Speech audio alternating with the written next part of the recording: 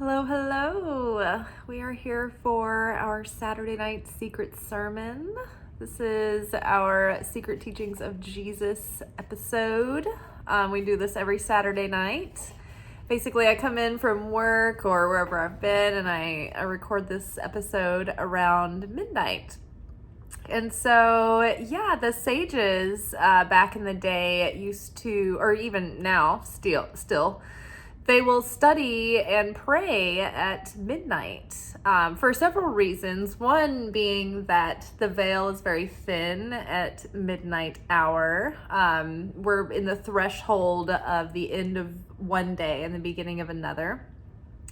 There's also this aspect of the surrounding light being around us at this time of night. There's like added protection, especially since we're putting ourselves out of our comfort zone and making like a sacrifice, like a physical sacrifice to push ourselves through discomfort to spend time with holy texts. So in a way that helps us draw in more light and more potential and more understanding and more wisdom from the texts without generating chaos. Because sometimes when you download a lot of light that you didn't necessarily earn, you can have to go through a little bit of chaos. And what that means by earning it is like when we learn something and then we have to like play it out to embody the lesson. Like when you learn a concept and then you apply the concept in a real situation. So if we do this at night, sometimes we are protected from the need to go through the process, which is great. Have you guys ever read like a self-help book? Especially if they're spiritually oriented. It's like all you have to do is open the table of contents and like there's a knock on your door and it's going to be something triggering and annoying related to what you were just reading. Like it's like clockwork. That's how this matrix works.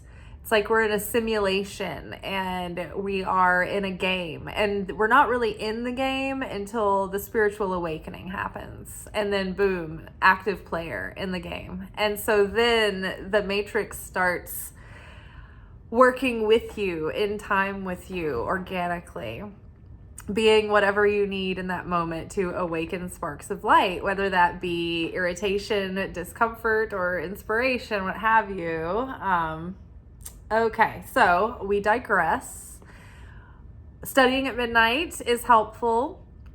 Also, because the fact that, and my Kabbalah teacher David mentioned this today, because I was just thinking, I was like, there's like a list of all these reasons why it's great to study at midnight, and I always forget all the reasons. But I remembered because he reminded me in something he put up, but it was about the fact that like other people's thoughts and energy are like affecting us because our auras extend like way past us, and so like we're like if all the neighbors are up and awake or everybody in your office is like, you know, stirring around, everybody's energy is like getting into your energy. And the more empathic you are, the more you can pick up on exactly like what is going on and what everybody's feeling, and you're just like, oh, it's just too much. So at night, and also the fact that like people's evil eye and evil tongue and their negative thoughts can like conflict with your positive intentions and thoughts and prayers, and all that negativity creates this static that sometimes creates a barrier for your prayers elevating and ascending and being received into the higher realms, because we need affinity of form to do that. So at midnight, people are for the most part asleep, or, you know, most people are anyway. And so there's less like negative static in the air with everybody's like mind chatter and worry and anxiety and judgment and all that to like get in the way. And so it's like the air is quiet. The ethers are more quiet, and your prayers can be received with more power and more clarity. Okay, so Secret Teachings of Jesus. We are in the Gnostic Gospels, and I started this weekly segment to read the Lost Gospels and the Forbidden Gospels. I'd always been curious, but I just was like, I don't know how to fit this into my routine, and I was like, oh, I should make it a segment that we do here together on the channel, and everybody loves it. I think it's a favorite of everyone, so I'm really excited about that. I know I love this. So yeah, basically I will come in from work, I'll open up the book. We are now in the Gospel of Philip. We've been doing the Gospel of Philip for quite some time. You could say we've been studying the Gospel of Philip for quite some time. And I will just grab whatever portion starts speaking to me and giving me downloads. And so then I will just turn on the video and we start reading line for line. And I will then unpack this and talk about what's going on. There is a playlist on my channel, Light, Love, Magic, which you should totally subscribe to, called Secret Teachings of Jesus. And if you go back in the playlist, we also covered the Secret Book of James, which was super fun to do. It was more like scene oriented and lots of dialogue, lots of character development. But just for context, the Gospel of Philip is these like brief portions of really cryptic text, and they are meant to be meditated on and sort of mulled over. And they're not really, like, in some ways they're straightforward, but like when you read scripture, you should always read it in 4 levels. There's like a surface level that's like, kind of like the moral of the story, general topical wisdom, practical wisdom. There's like the emotional lesson that you get from the story, the heart level, something that changes you on a heart level. And then there's the soul level of the story, and it's probably symbolic, and it probably has to do with like how we are evolving our souls and what we do interacting with the soul and direction for the soul. And then there's the the deepest level, which is the spiritual level. And with that, there's always, it's like encoded, and it gives you this like these references to spiritual technology that you can use that helps you like navigate the cosmos through as an awakened being that's not limited necessarily to 3D, realms. So there's like certain ways that prayer becomes more powerful, and you can use certain times of year and the way that you shape your consciousness. It's like the inner workings of, reality and the cosmos and consciousness and whatnot. So we digress once more. The portion here we are working on is called Adam and Cain. And tonight's portion is just really fun. I don't have a lot of deep insights about it, although I'm sure we'll still figure out a way to talk about it for a long time by accident. But it's just a rowdy passage, to be quite honest, and it's so funny because it's just so funny. I'm laughing because I'm like, we're trash. We have always just been a trash. Like a freaking white hot Jerry Springer, like Maury Povich, Who's the Father episode, like just trash, just a blazing dumpster fire. And you'll get what I'm saying when I read this passage. So this is a passage called Adam and Cain, and we're talking about the first family here in the Garden of Eden. Our grandfather and mother, our descendants. And okay, so we're talking Adam and Eve here. And Adam was the first soul that was turned out to be the soul of all mankind. And he was created, and from that one soul, all of the other souls that have ever lived have been splintered off from that. So Adam and Eve are on a soul level, our ancestors, our source from where humanity sprung. So we're all related on a soul level. Like we're all, we come from one soul. And we do have these like soul groups of people who we have split off from clusters and things like that. So, but originally we all came from Adam, and then from Adam's rib came Eve, and she was a piece of his soul, and so on and so forth. You're a piece of my soul. So, okay, so let's get into the passage. Adam and Cain. Oh yeah, the white trash, like dumpster fire passage. Okay. Adam and Cain.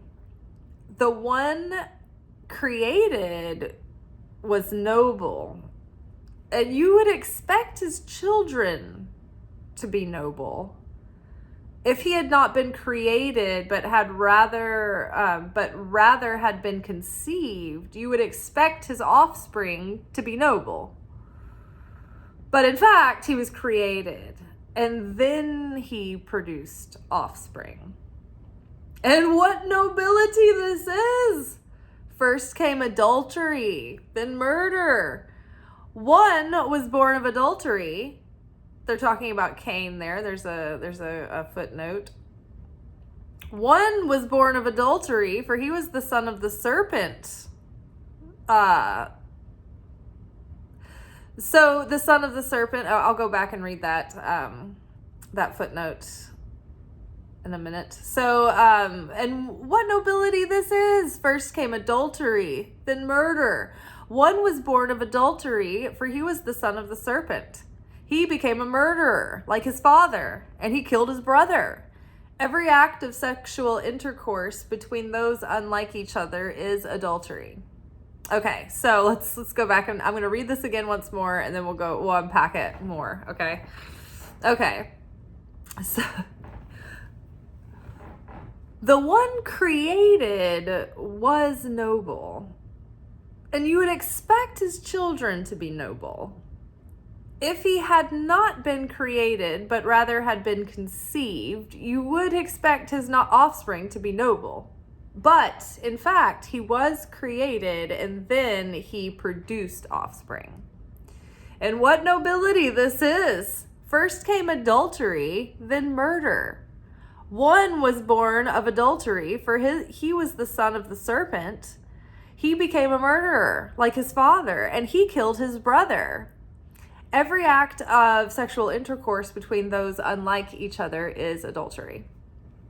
Okay, so I told y'all this was like white trash, super fun, like, oh my gosh, Jerry Springer episode, Mari Povich. Okay, so the one created, that's Adam. The one created was noble. And you would think, and just think about this. Okay, so noble is royal, is power, is of ownership, right? And so when we have royal monarchs on Earth, in the physical 3D realm in real life, or not in real life necessarily, we'll not digress there, but nobility, royalty are said to be from a divine bloodline. That's what they believe, and that is what is believed. It's believed that they are divinely ordained. And so that's why it's not like they're voted on. It's like a family, a royal bloodline. And that's what it means. They're divine humans, not like gods or anything, but they have something elevated in their blood, and they're divinely ordained and blessed by God himself to be rulers of the earth, is what is believed. So the one created was noble. So this is like, okay, God directly created Adam. He was the first soul breathed into life. So he was a king, King Adam. He just didn't have big subjects, but he had the kingdom of the garden, right? All the animals and all of the plants and all the kingdoms were under his rule and his stewardship. So the one created by God directly, first degree, like my hand to God, God's hand to literally the dust here there was Adam. So first contact to hands on was created. So the one created was Adam. The one created was noble, and you would expect his children to be noble. If he'd not been created, but rather had been conceived, you would expect his offspring to be noble, because when royals pass down that royal blood, it's like by birth, right? It's their birthright. Well, Adam wasn't born. He was given his birthright because he was the first human created. So it was like that was in his inherent identity. But his children were born of him, but they were different from him. They weren't like the same. They weren't created. They were born. So they were in a way a little different. So the one created was noble, and you would expect his children to be noble. If he had not been created, but rather conceived, you would expect his offspring to be noble because they would be the same as him. But they're a little bit lesser than him because he was directly created by God and created from thin air, from the dust from the ground, and breathed in his soul. But the pieces of us that were born after that were created by Adam and Eve, right? The humans started to conceive the human beings after that. So it wasn't like direct breath of God, but it was passed on. So the one created was noble, and you would expect his children to be noble. If he had not been created, but rather had been conceived, you would expect his offspring to be noble. But in fact, he was created, and then he produced offspring. This is basically what we're just dissecting. God, what nobility this is! First came adultery, then murder. One, they're talking about Cain, was born of adultery, for he was the son of the serpent. Now, okay, so we'll read the footnote here. So he was the son of the serpent. What are they saying? So such Gnostic texts as the Secret Book of John and the Nature of the Rulers describe how the ruler of this world sometimes with his powers seduced or raped Eve and thus produced Cain. So it's saying here that the devil would seduce and rape Eve, and Cain was the son of the devil, the serpent. So when it says here, okay, so the rulers describe how the ruler of this world. So literally, Lucifer, the devil, the Satan, is the opponent, has rule over the material realm. That's why there's chaos here. The physical material realm is the one where, he moves and works with the material stuff.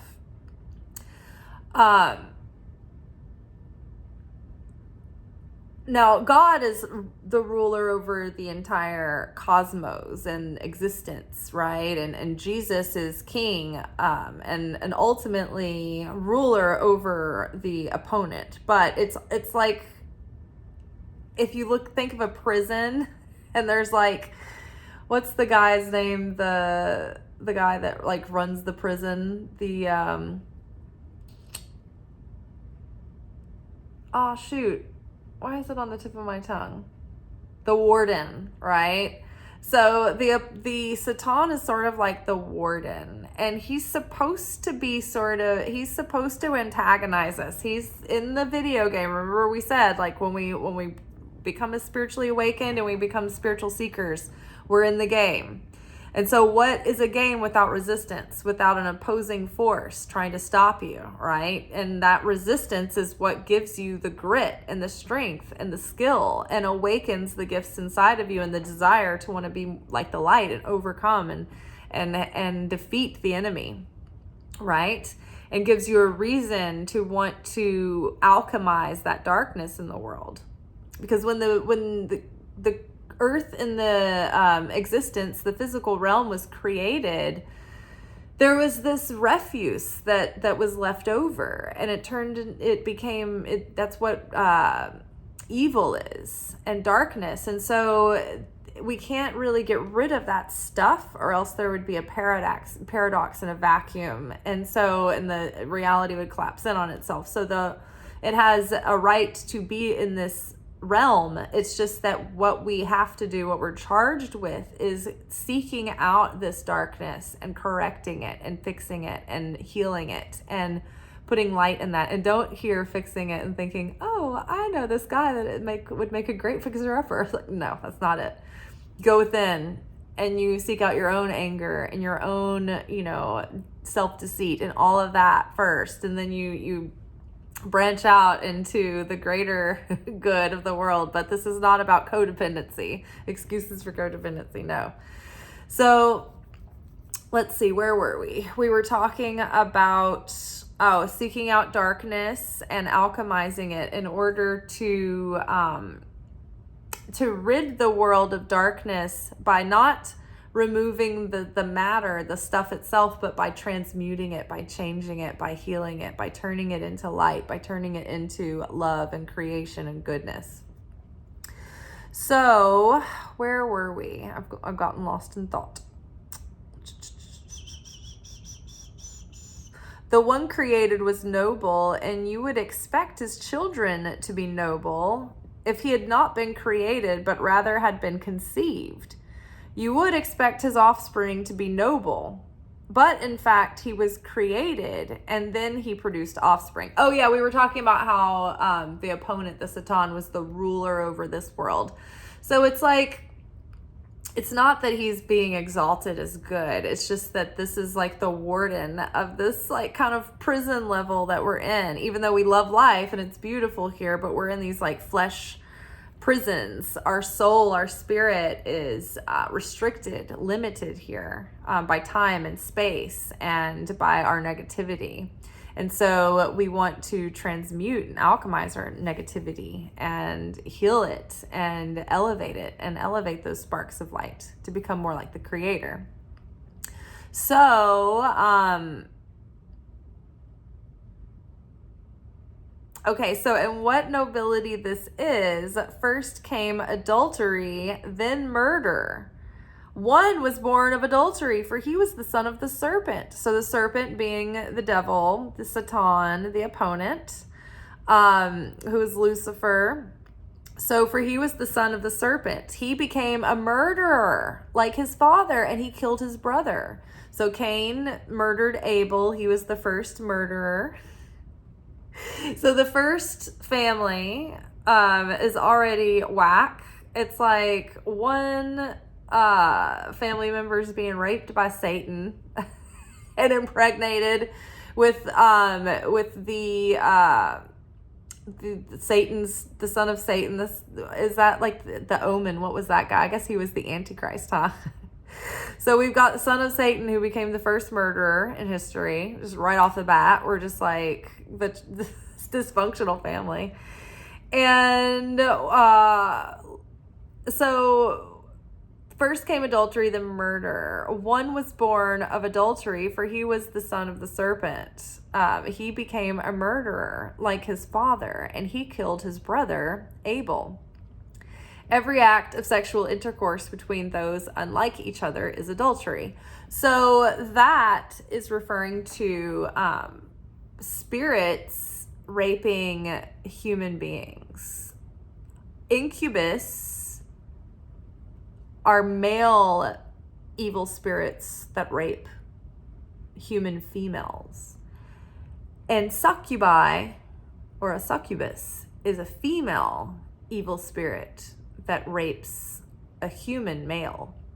And they draw our life force and our energy when they do that. And so it sounds insane and crazy, but it's actually quite common.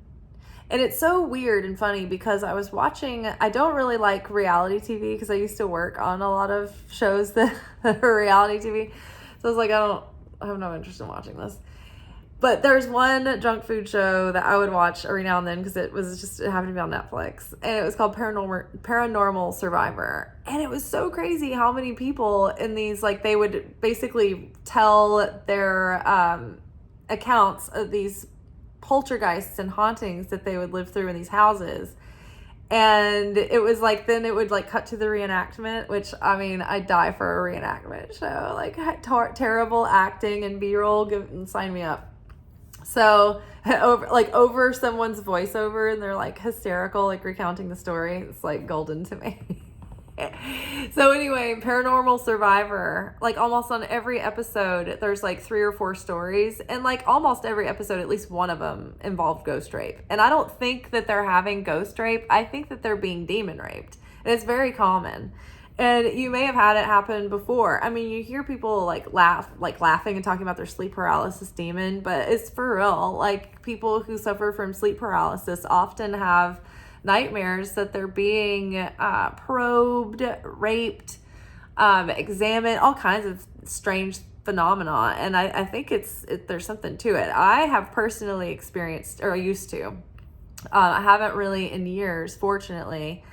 I think it just helps that I have become very spiritually strapped, so to speak, and basically learned defense against the dark arts. But we digress. They're talking here about Eve being raped by the devil or the serpent or whatever. And so in this case, they're saying that if you're having sexual intercourse, whether or not it's consensual or not, with these entities, that it's adultery. And they're saying that anytime beings that are unlike one another have sex, it's adultery. So let's see what else here. So the one created was noble, and you would expect his children to be noble if he had not been created, but rather had been conceived. You would expect his offspring to be noble, but in fact, he was created, and then he produced offspring. And what nobility this is. First came adultery, then murder. One was born of adultery, and he was the son of the serpent. He became a murderer like his father, and he killed his brother. Every act of intercourse between those unlike each other is adultery. Yeah, so I guess it made sense that the serpent would want to rape Eve so he could implant evil into the world and evil people.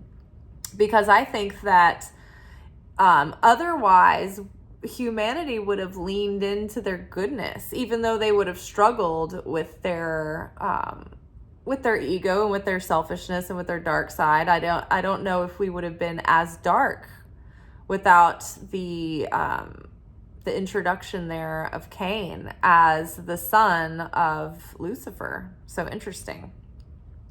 Oh, back to ghost rape. So let me see if I can find this book really quick. I have this book. And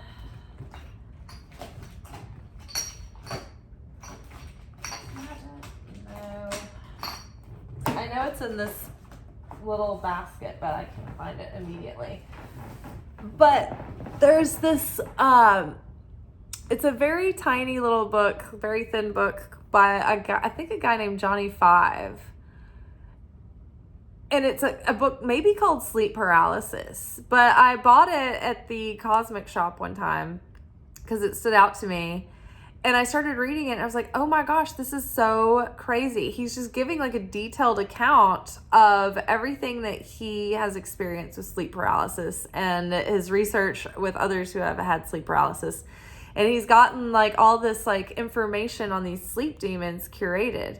And he talks about how, if you wake up and you've, had otherwise, a really good night of sleep, but you wake up and you're, drained, you may have had a sleep demon sucking your energy. In Hebrew Kabbalah, it's believed that the demon, you're not supposed to say her name.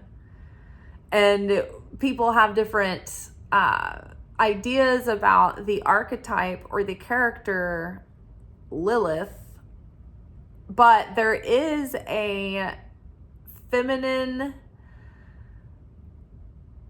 negative spirit referred to by the same name, so they say Lemet Yud to refer to her without drawing her attention onto you. But supposedly she sits on you every night and sucks your energy. And so that's why you do the kosher washing of the hands the first thing in the morning before you touch your face and get into your day. You're supposed to wash your hands and gets rid of the negativity of that particular entity sitting on you and drawing your energy. Also, you're supposed to change your clothes and get out of your sleep stuff because you've been purging negativity all night. So that's good to wash those every day. But yeah, so you can wake up very tired. Also, the last thing that you might see after having a sleep paralysis attack or having had maybe a visitation in your sleep is that they talk about like a visual of like a little, like it's like they leave a signature, like their signature, but it's like a little cartoon portrait of themselves that's like sort of like you can kind of see it. It's like imprinted. You know when you like are looking at something for a long time and you close your eyes and you can see it and it's still there? It's like they leave that with you and you might see it as you're waking up.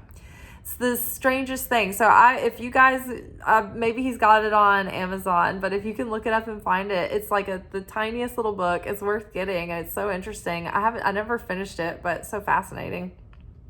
But I think it's called Sleep Paralysis, and it's by a guy named Johnny Five. But yeah, get it. He's on Instagram. I remember finding him once and saying something to him about his book. And he's like, oh, thanks. So you can get a hold of him and ask him how to get his book. But yeah, so very interesting, very weird, very crazy episode where we talk paranormal rape, the fact that we don't really usually hear that Cain was the son of Satan.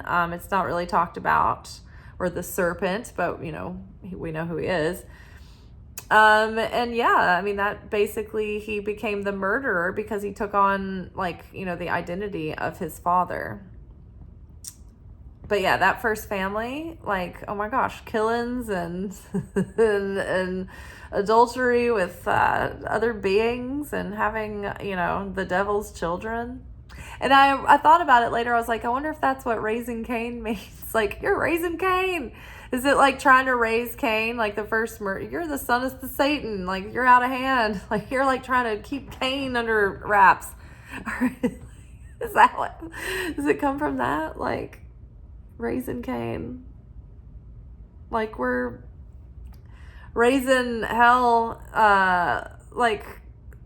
to a Cain level approval. Are they talking about this Cain? I just don't get it. All right, let's read this one more time and then we're out. And I made double-decker tacos from scratch last night, and I am, the refried beans were from a can, obviously, but that's how you get refried beans. But they're really good. They're really good. So I'm gonna have those after we're done. Okay, Adam and Cain. The one created was noble, and you would expect his children to be noble. If he had not been created, but rather had been conceived, you would expect his offspring to be noble. But in fact, he was created, and then he produced offspring. And what nobility this is! First came adultery, then murder. One was born of adultery, for he was the son of the serpent. He became a murderer like his father, and he killed his brother. Every act of intercourse between those unlike each other is adultery. Okay, before we go, and just in case you're being terrorized by sleep demons, I have found that maybe some of the things that I have put around my bed have helped. So first of all, just having a daily practice of prayer that I use out loud, that I say when I wake up, and then before I go to bed out loud. I also have some salt in a thing next to my, on my nightstand next to my bed. I have a piece of pyrite next to my bed. I have an amethyst cluster next to my bed. I have smoky quartz and dark moonstone, black moonstone, howlite, and things under my pillow. I smudge my house on a regular basis and do that kind of energetic cleansing around my room. I generally have amulets and talismans and stones that are positive and cleansing and draw good energy, but the repellent, get rid of negative energy ones are really good to have. And I think pyrite does help prevent nightmares. And in Kabbalah, they suggest that you do wear pajamas or cover yourself up when you sleep. It's like the physical covering is actually some protection for you. So who would have thought?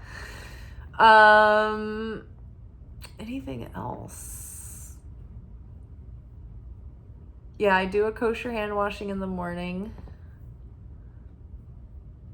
And I say my morning prayers, like the thank you for letting me wake up kind of thing. There's like special Hebrew, like Jewish prayers that you can say in the morning or like going to bed and things like that. So like I've got a routine of those that I do, but yeah, that's all I can think of specifically.